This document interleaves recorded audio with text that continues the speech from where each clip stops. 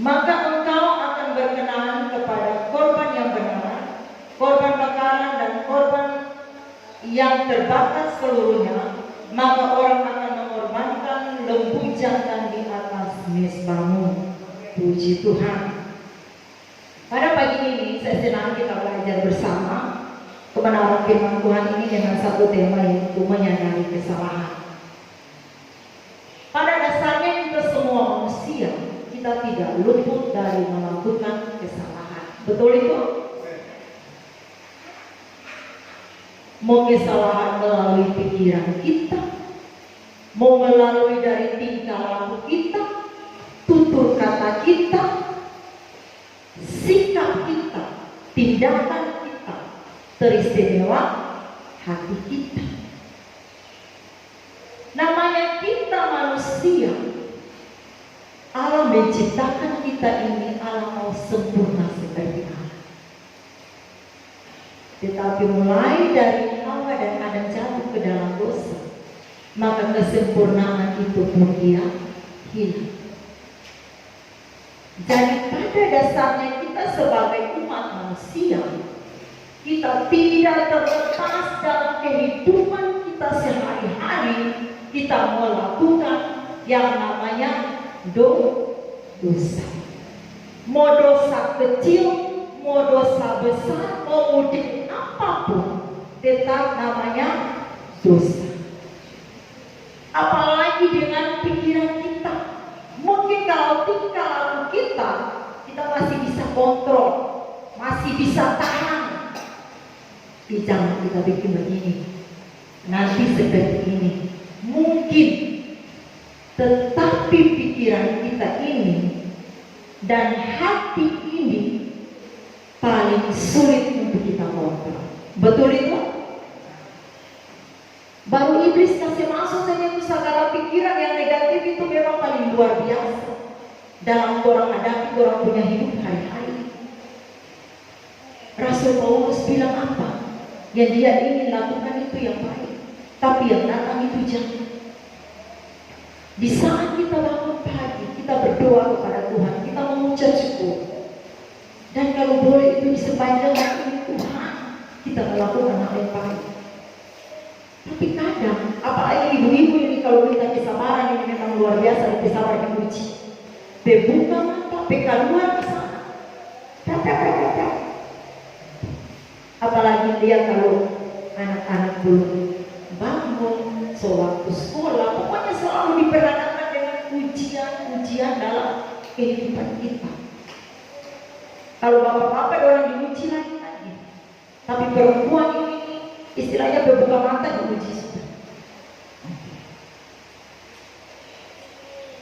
Itulah kehidupan kita manusia. Sekarang begini, kesalahan itu tidak luput dari kita lakukan. Sekarang bagaimana kita meresponi dengan sikap kita mengenai kesalahan yang sudah kita buat. Terkadang kalau kita salah respon,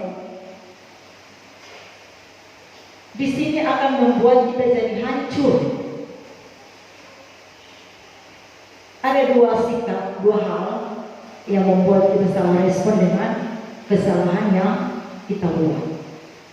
Entah itu mau kesalahan yang istilahnya ringan atau kesalahan yang fatal menurut kita maupun menurut orang lain.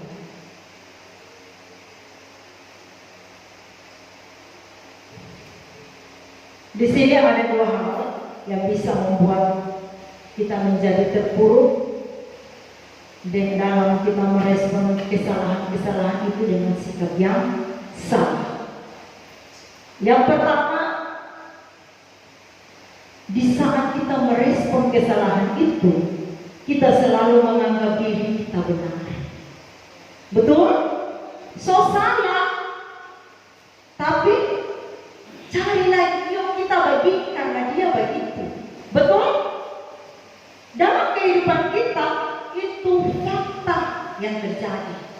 Kita sudah melakukan kesalahan, tapi kita tidak menyadari menyadari, lantas kita menyalahkan karena begini. Sebenarnya kita tidak begini, tapi karena begini, makanya kita begini. Susah membenarkan diri lagi di hadapan orang, apalagi di hadapan Tuhan. Ingat, kesalahan yang kita buat, yang terjadi, bukan dia terjadi begitu saja. Kita ingat Petrus, waktu dia belum jatuh di dalam dosa, menyangkal Tuhan Yesus 3 kali. Tuhan Yesus bilang apa? Dosa sudah mengintip, jadi harus hati-hati.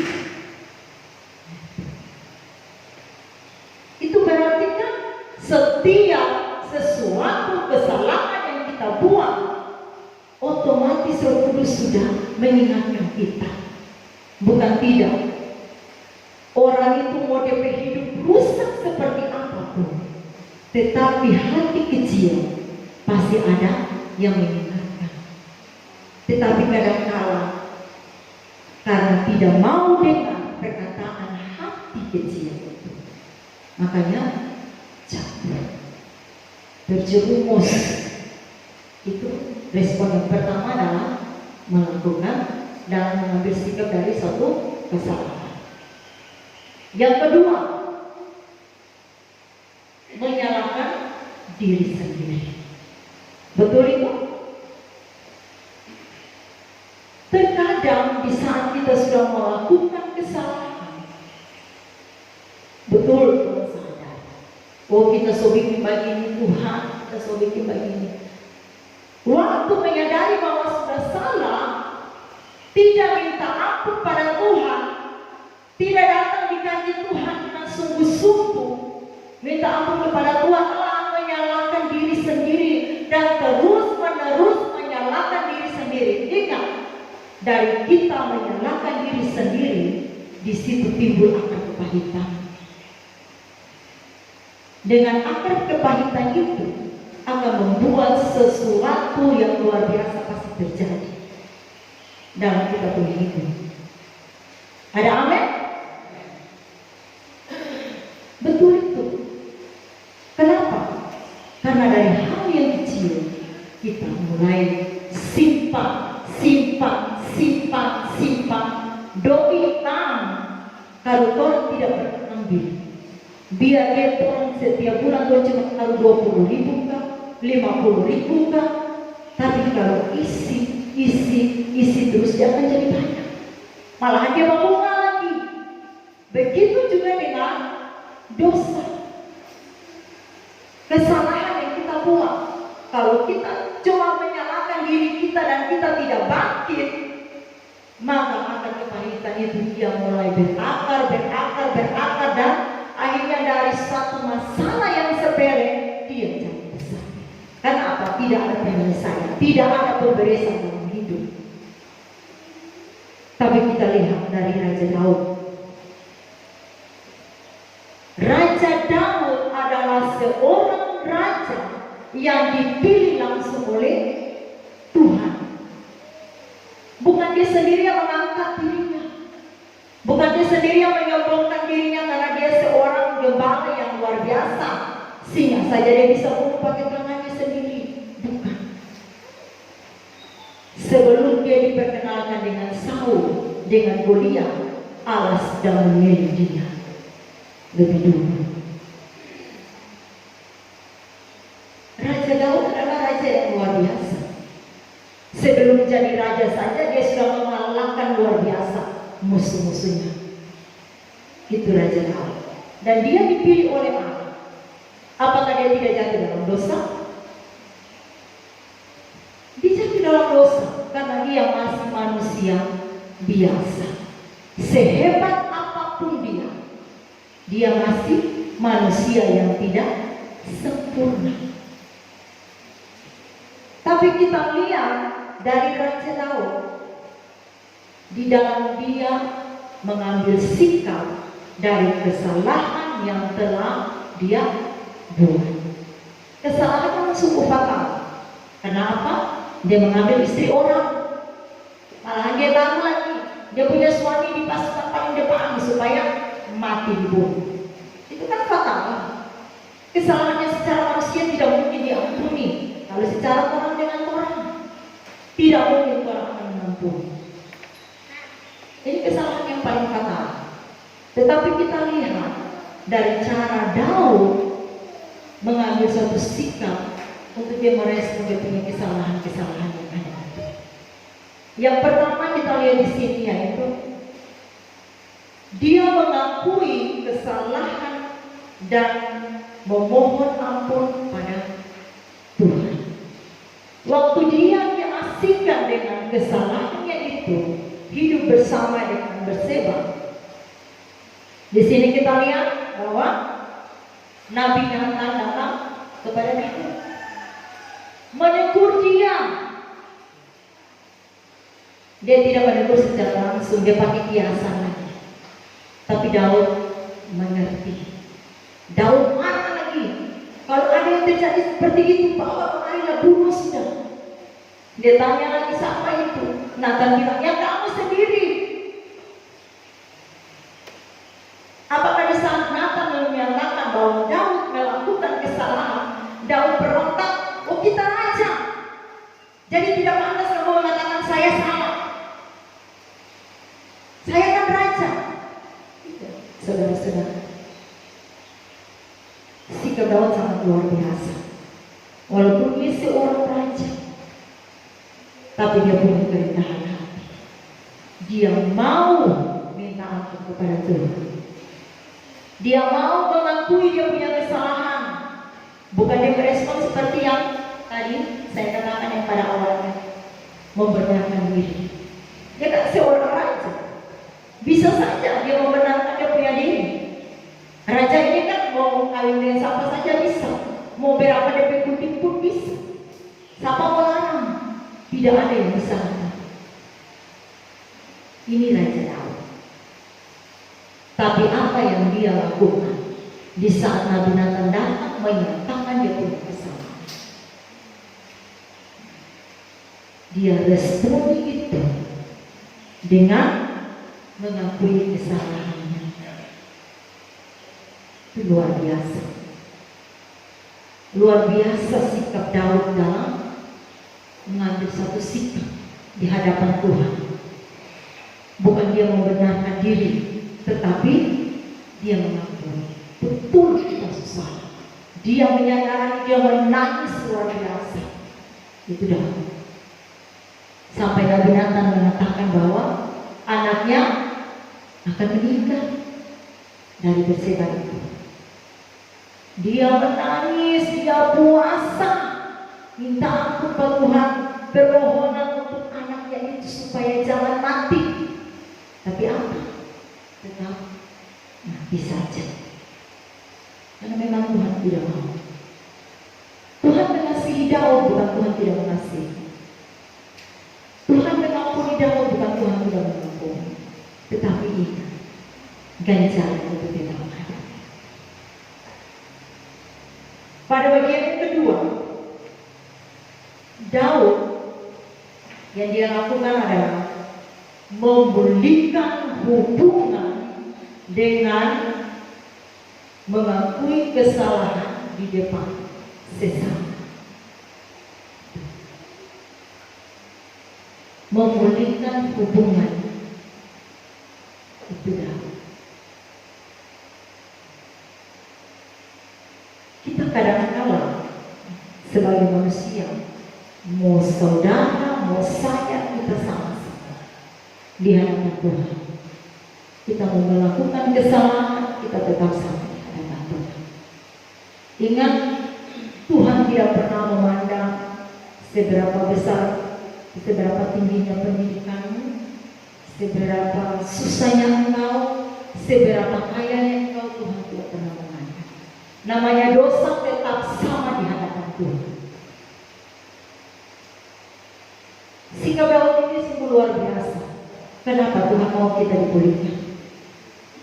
Dengan cara itu, mengakui dan memperbaiki hubungan antar sesama.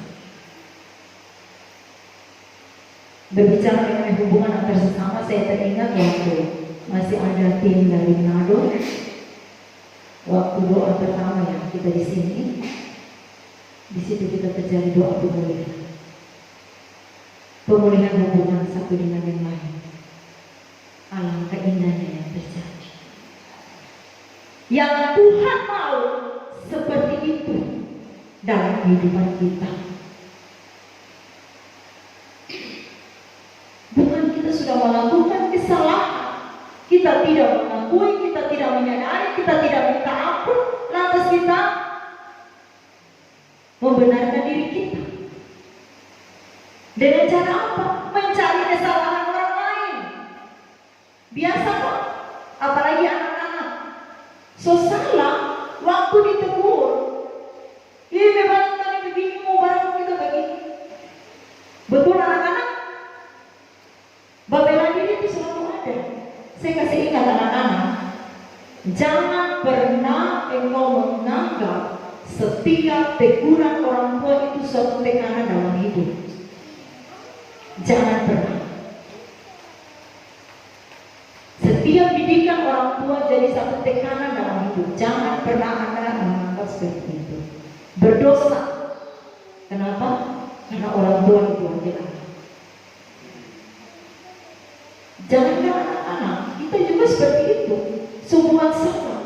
Di saat ada Tuhan kirim orang untuk mengingatkan kita, kita tidak mengakui, tapi kita bilang apa? Kita tuh sebenarnya tak begini, tapi kita begini karena dia begini. Karena dia begini, makanya kita begini.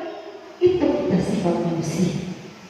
Ingat, Tuhan tidak lihat tuh alasan-alasan itu. Yang Tuhan lihat apa yang kita buat saat ini. Bukan Tuhan lihat, oh kasihan, Yoi Jacqueline dia begini karena dia begini, jadi makanya Jacqueline dia begini. Bukan itu yang Tuhan lihat, tapi Tuhan lihat, oh Jacqueline yang bikin ini. Itu yang Tuhan lihat dalam kita punya hidup. Jadi jangan sampai kita salah mengerti. Tuhan itu paling mengerti dengan hidup kita. Tapi jangan sampai kita salah mengerti. Karena Tuhan mengerti, makanya Tuhan dia tahu kita bikin begini karena begini, makanya kita bikin begini. Bukan itu yang Tuhan lihat. Tapi Tuhan lihat apa yang kita buat saat itu. Kesalahan apa yang sudah kita buat. Mau melalui pikiran kita, mau melalui tingkah laku kita, mau melalui hati kita. Tuhan lihat itu. Raja Daud memang paling luar biasa. Dia mengakui kesalahan. Saya ingatkan, kenapa yang lalu kita ada bikin doa pemulihan mengenai, mungkin yang lain tidak mengerti, mengenai bilang ada dengar tulis dosa. Saya kasih jelasin. Karena kalau saya seandainya contoh konseling dengan itim, itu sebenarnya konseling, cuma melalui tulisan. Saya konseling dengan itim ada bapak dia begini, terus saya panggil itim, saya mau konseling. Saya tanya, otomatis pasti ada itim sembunyikan. Karena apa? Malu untuk mengakui. Tetapi kalau tulis kan tidak rasa malu. Tapi waktu di sana ngomong kan pasti malu untuk menyatakan ini salah saya, ini yang sudah saya buat. Makanya waktu itu kita pakai dengan tulis. Soal tulis dosa itu bukan nanti ini. Dari saya masih nona-nona, kita pemuda, kita seminar, selesai seminar, kita kumpul, kita tulis apa yang pernah kita lakukan selama ini. Kita doakan bersama, minta pengampunan, kita bikin api unggun, kita bakar. Tapi terkadang manusia hanya memandang dari jauh, hanya salah menilai.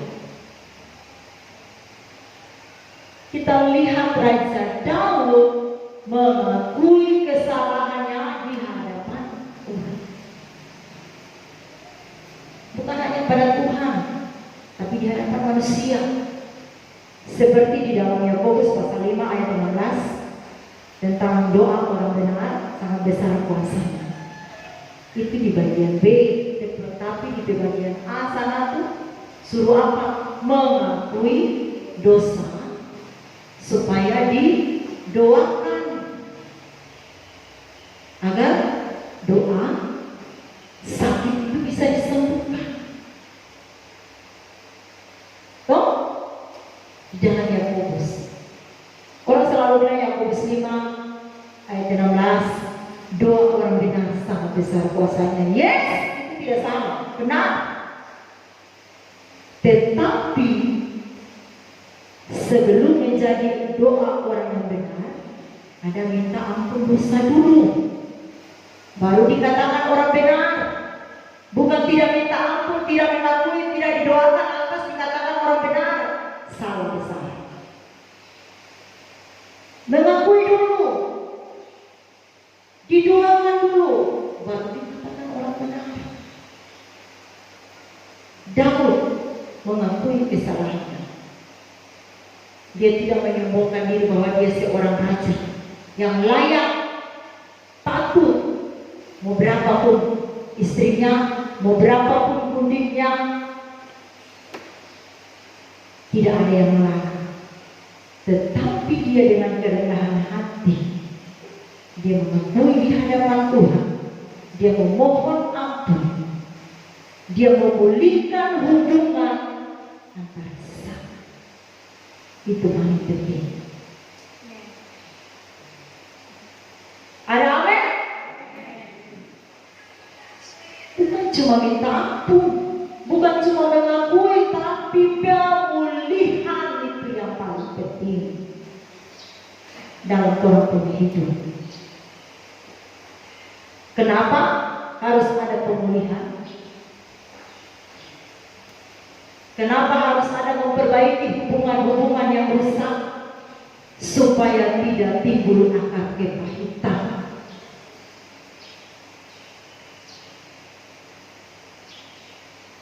Saya mau kasih tahu, bukan ini kami sudah atau saya sudah, tapi di dalam hubungan rumah tangga kami selalu belajar dari apa yang Papi Padoma ajar. Jadi setiap orang tua ada masalah, kesalahan, selalu habis itu aku minta maaf, berdoa ke Tuhan.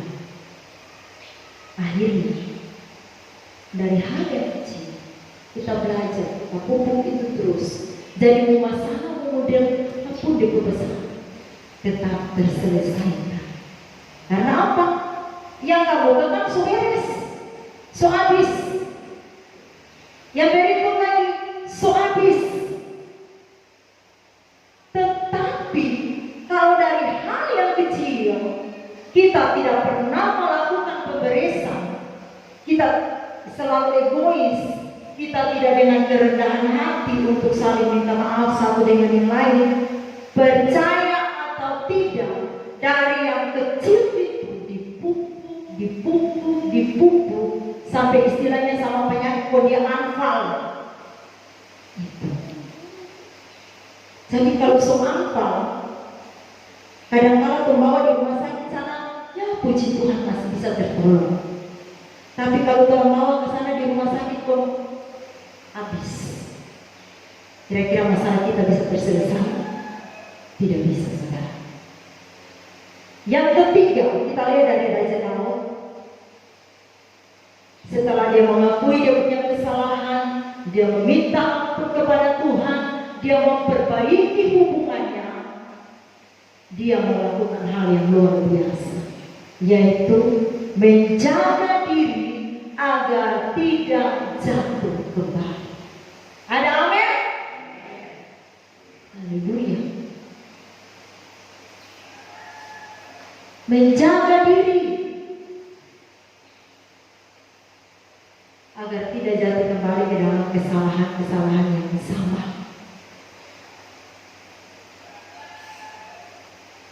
Karena kesalahan yang sama itu paling menyakitkan. Mana lalu minta maaf Pak kita, kita suka kasih maaf pemana, tapi nggak bikin lagi. Tapi kita lihat tahu,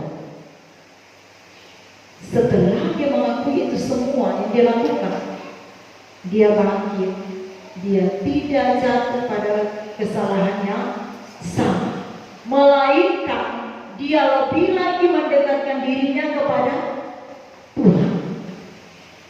Kita lihat pada ayatnya yang ke-16 sampai ayatnya yang ke-19. Saya minta satu orang tolong baca ayat 16 hingga ayatnya yang ke-19. Ibu Novi bantu saya untuk membaca firman Tuhan ini.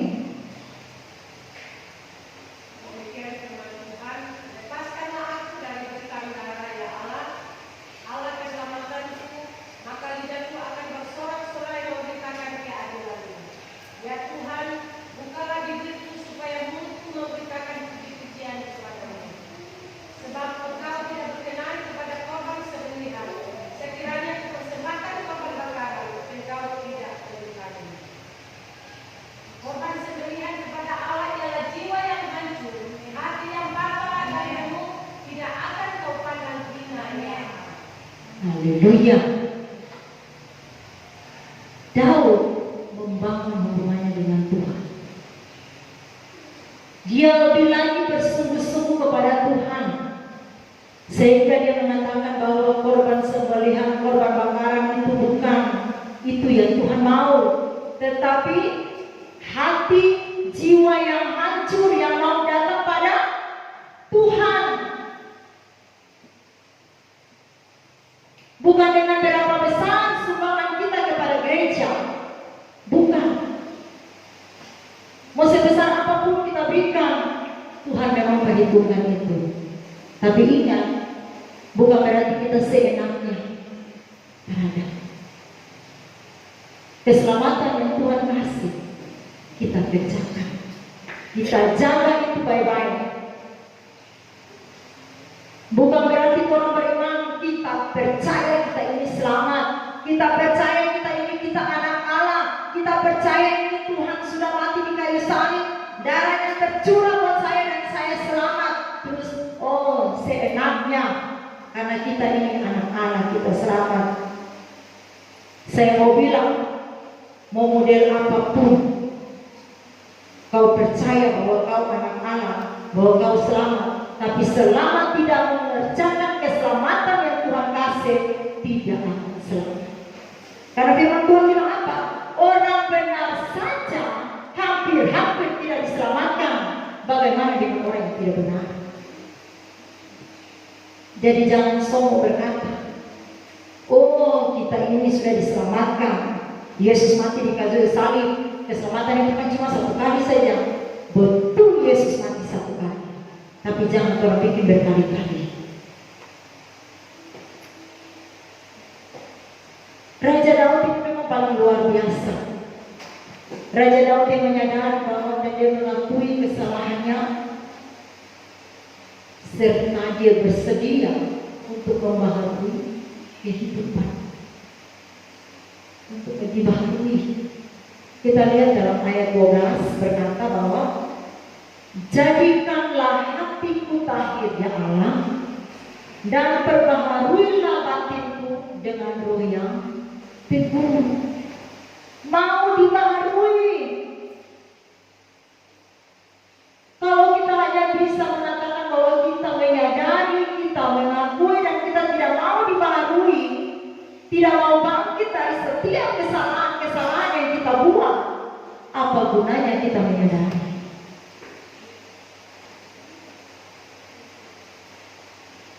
Kita lihat itu mengenai anak yang sulung dan anak yang bungsu. Mengenai cerita itu, anak yang hilang. Orang lihat anak yang hilang ini ada dosa luar biasa. Apakah Bapak tidak mengampuni? Mengampuni. Karena apa? Dia menyadari, dia mengakui dia punya salah, dia bangkit dari dia punya hidup yang lama. Ada tindakan dalam orang punya hidup. Bukan orang cuma mengakui, menyadari,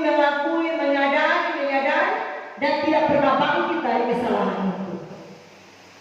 Hanya tidak mau dibaharui oleh Allah. Kalau selama hidup kita tetap tertutup dan tidak mau dibaharui, tidak mau dipulihkan, maka kita akan seperti itu saja. Kita tidak akan pernah melihat karya Allah yang luar biasa di depan sana untuk kita. Rencana Allah luar biasa, dan rencana Allah, janji Allah, ya dan amin. Allah tidak pernah mengingkar janjinya. Sekarang tergantung kehidupan kita, bagaimana kita bisa meraih janji Allah yang luar biasa itu dalam kehidupan kita. Dengan cara apa? Ya tadi, mengakui kesalahan kita. Jangan kita membenarkan diri.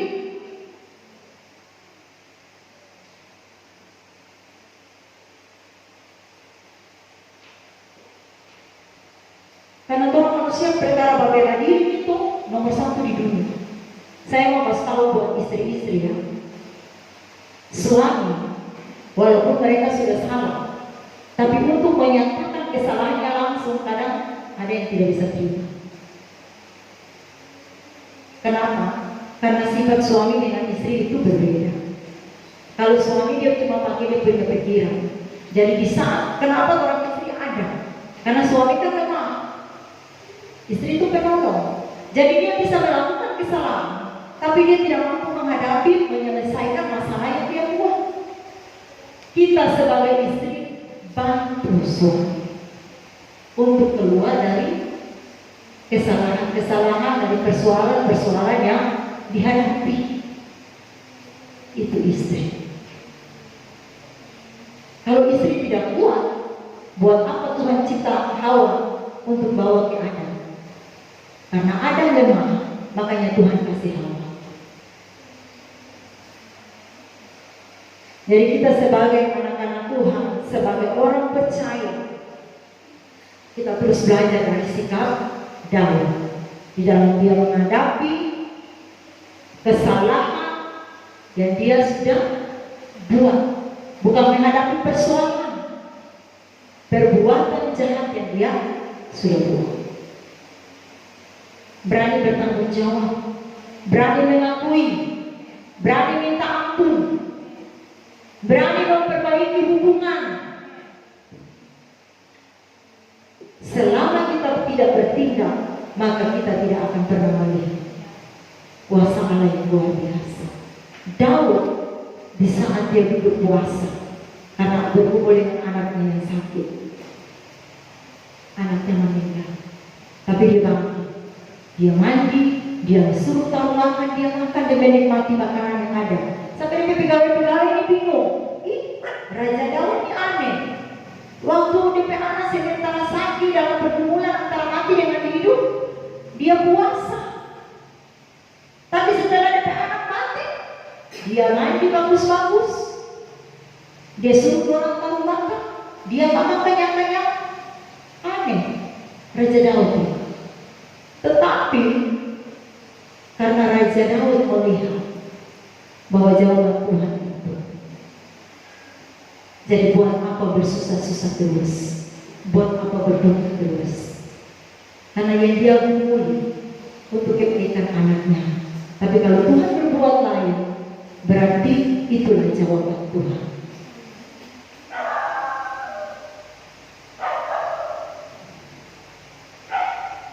Jadi kita sebagai anak Tuhan, sebagai orang percaya, yang dikatakan orang percaya, mari dalam Tuhan punya hidup, kesalahan membentuk apapun itu, mau dia kecil, mau dia besar, mari orang belajar seperti Raja Daud.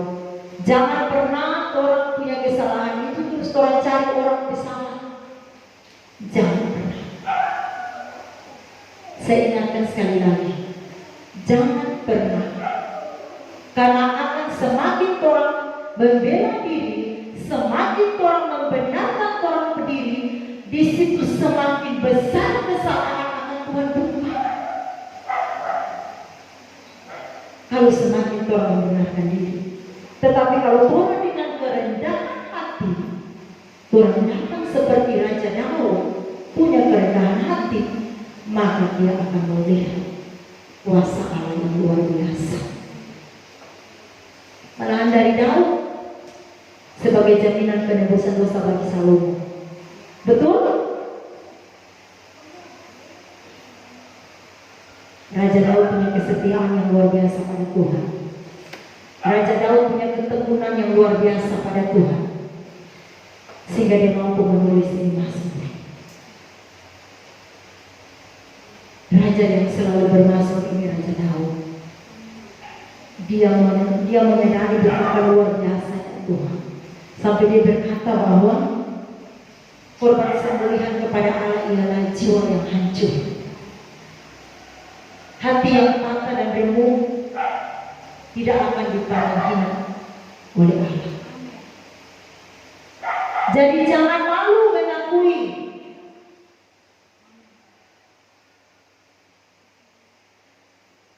Kalau ada konseling, buka hati buat Tuhan, jangan malu.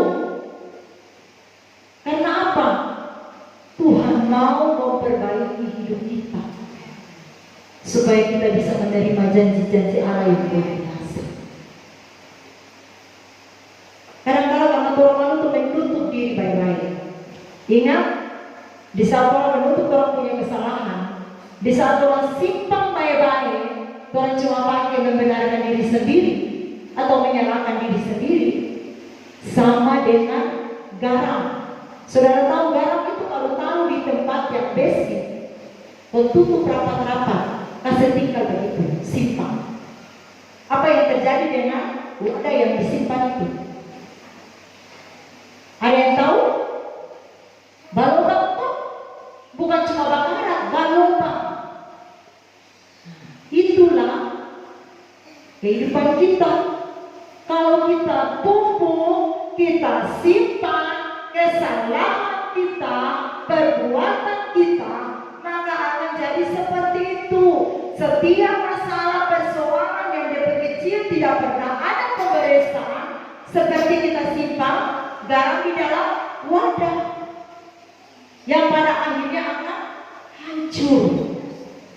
Itulah kehidupan kita. Tetapi kalau kita mau dengan kerendahan hati, kenapa saya ulang-ulang? Karena ini paling penting dalam hidup kita. Kita mengakui, kita minta ampun di hadapan Tuhan. Jangan malu. Malu orang rugi. Kenapa orang rugi? Hati telah plong. Betul? Sampai hati rasa sesak. Kalau orang simpan itu segala masalah, persoalan, segala dosa yang ada. Sesak sampai hati. Ente orang mau bikin ini, mentara boleh, mau bicara ini, mentara boleh, mau melangkah begini, misalnya ada yang ikat di kaki, berat sekali mau melangkah. Segala jalan seolah-olah tertutup. Ingat, firman Tuhan di dalam Matius pasal 7 ayat 12, dia berkata bahwa kalau orang mau orang berbuat demikian buat orang, harus orang lebih dulu. Jangan kita bilang kita mau dia dulu, kita pe suami dulu, kita mau kita pe anak dulu, kita mau kita pe istri dulu. Bikin pengakuan dosa, bikin pemulihan, baru kita. Karena dia itu malah paling luar biasa, jadi mesti dia lakukan. Saudara, jangan pernah memandang seperti itu. Tapi kita belajar segala sesuatu dari kita dulu. Karena ini firman Tuhan. Apapun yang kau mau orang lain berbuat kepadamu, berbuatlah demikian. Kita mau dia dipulihkan, harus kita lebih dulu dipulihkan. Kita mau dia hargai kita, harus kita lebih dulu hargai dia. Kita mau dia sayang apa kita? Kita balik tanya ulang, kita berdiri, apakah kita betul-betul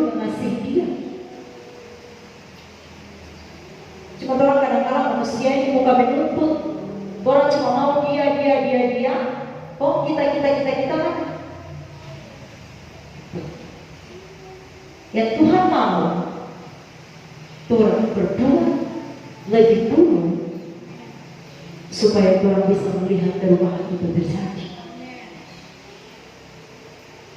Kalau saya lebih dulu dipulihkan di dalam rumah tangga, maka saya akan melihat kemuliaan terjadi dalam rumah tangga saya, dalam keluarga saya. Tetapi kalau saya hanya bilang, oh tunggu kita suami dulu karena dia paling berdosa, jadi mesti dia dulu, tak akan pernah terjadi. Ingat itu, tidak akan pernah terjadi.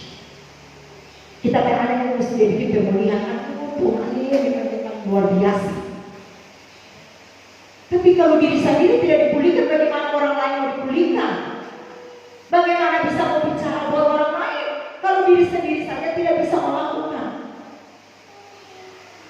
Kita semua sama di hadapan Tuhan, tidak ada perbedaan. Tuhan mau kita saling mengingatkan satu dengan yang lain. Kita saling menopang, kita saling menguatkan. Ingat saudara, dunia ini semakin tua. Ini sebenarnya sudah tanda-tanda akhir zaman. Jangan bola pandang enteng bilang begini. Dari dulu lagi, dari kita belum lahir lagi, tanda-tanda akhir zaman kau bilang itu sudah itu sudah. Sampai sekarang buktinya tanda-tanda bersyukur kalau belum terjadi. Berarti masih ada kesempatan yang Tuhan kasih. Bukan orang keenakan, bukan orang tak percaya. Dia bingung dengan dia. Jangan saudara. Bersyukur Tuhan, terima kasih. Karena Tuhan masih kasih saya kesempatan untuk kita lebih lagi memperbaiki kita punya hidup. Jadi saudara yang saya kasihi, kita sebagai anak-anak Tuhan, Tuhan tidak pernah memandang hina di saat kita mengakui dosa kita di hadapan Tuhan. Tuhan tidak pernah memandang hina di saat kita datang dengan air mata di hadapan Tuhan. Jadi jangan malu datang di hadapan Tuhan. Demikian kebenaran firman Tuhan